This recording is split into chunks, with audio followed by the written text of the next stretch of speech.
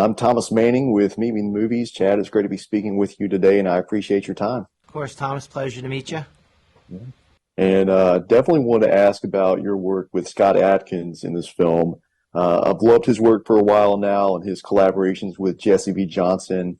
And I think anybody who's familiar with Scott knew that it was really a matter of time before he came into the John Wick franchise. But we might have all been a bit surprised by the uniqueness of his character, Killa. And that gave him a chance to do something a lot different than what he typically does. So what were those early conversations between you and Scott like? And generally, how was that collaborative experience with him? Sure. I knew Scott from the stunt community. I was a fan like yours. I'd seen him way back in Undisputed, and I'd seen him in Ninja and some of his other work. And we ran in the same kind of circles with the martial arts stuntmen. We had actually met I think first time I met him was right before John Wick, and then we had gotten together right afterwards. And I mean, I'm like you. Of course, it makes perfect sense. In John Wick 2, I had like Gary Daniels. I had like Daniel Bernhardt in the first one. We were looking to get other people to fill in because I really like bringing up or mixing my cast with the martial art world and the more of the mainstream kind of casting choices.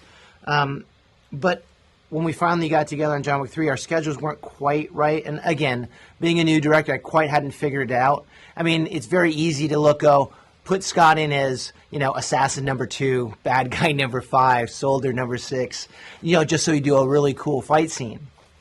But by that time, I had seen Scott in so many other films, and I really loved him in Accident Man. All it's like Scott has a pretty great range that I don't think a lot of people are aware of.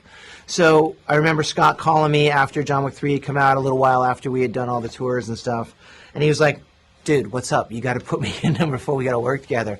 I'm like, "Give me a little time. I have an idea, but it's not going to be what you think. Just give me like a month or two." So he keeps calling. He's like, "Come on, what's going on?" And I called him back and go, "Look, I've got this idea." And I was worried that Scott wasn't going to like it. I thought, again, for those out there, Scott is literally model-esque. He's chiseled out of stone. He's in great shape and an incredibly handsome dude and, incredibly athletic. And my whole thing was, I'm a huge Sammo Hung fan, and SPL is one of my favorite Donnie Yen Sammo movies. So, I had this idea, look, I'm going to put Scott in a suit and make him look not like Scott Adkins. So the gag would be you'd see this incredibly large character, larger than life even the way he acted. He's going to do 7 pages of dialogue. You're going to just dismiss him as the baddie.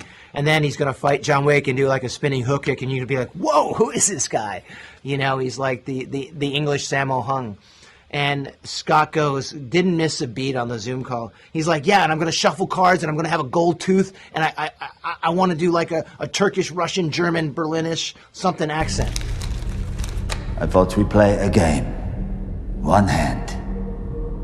The winner decides who lives and who does not. I'm like, "Oh, this guy gets it." Instead of going, "What are you talking about, dude?" He jumped in and I don't know if you know what it has to go through for the prosthetics. I mean, it was 4.5, 5 hours before call every day, and you've never seen a happier guy on set. For those that don't know Scott, he's one of the most cheerful guys anyways. But when he's putting on the make, he just loved transforming. And I think he killed it, man. It's one of my favorite scenes. Well, Chad, I know we have to wrap here, but I really do appreciate your time, and it was a privilege to be able to speak with you, and hopefully we share more conversations in the future. Of course, Thomas. Thank you very much, man. Have a great one. You too.